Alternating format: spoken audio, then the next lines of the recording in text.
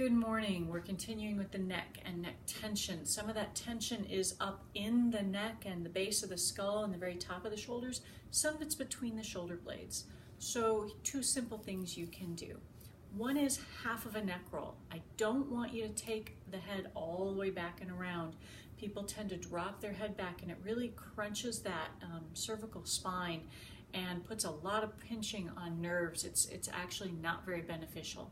So instead we're going to do the front half of this roll. So what you would do is take your chin forward toward your chest. You want to keep your chest lifted, take your chin toward it, and then you're going to roll your head up to one side, ear toward the shoulder, and then roll back to the front and roll up to the other side, ear toward the shoulder.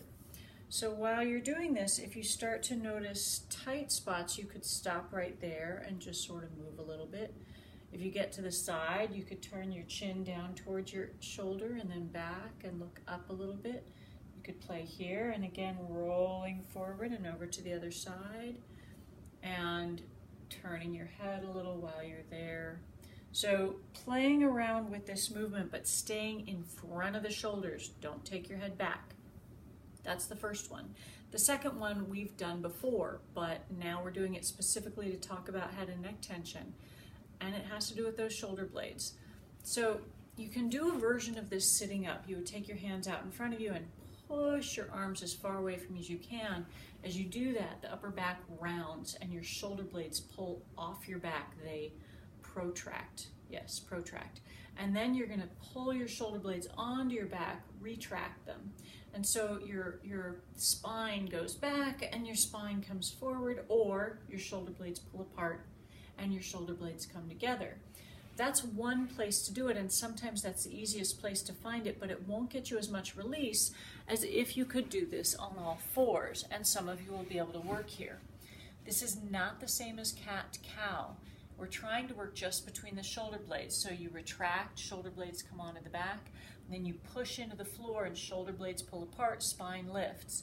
And so you'll see my spine is coming toward the floor between my shoulders and then away from the floor. I'm not tucking my tailbone, arching my back. This is not my pelvis. My pelvis is relaxed, and I'm pulling my shoulders apart, pulling my shoulder blades together. Now you can do this with your head in line with your spine, the back of the neck long, or you can let your head hang here and do this same work. And I recommend doing it with your head hanging if you're having a lot of tension. See if you can work these are called your rhomboids. Work the rhomboids while your head's hanging and see what that does for you. So there's two more movements that you can work on to create a little ease and a little mobility, regain some mobility in these tight neck and upper back muscles. That's what you get to do today. Go.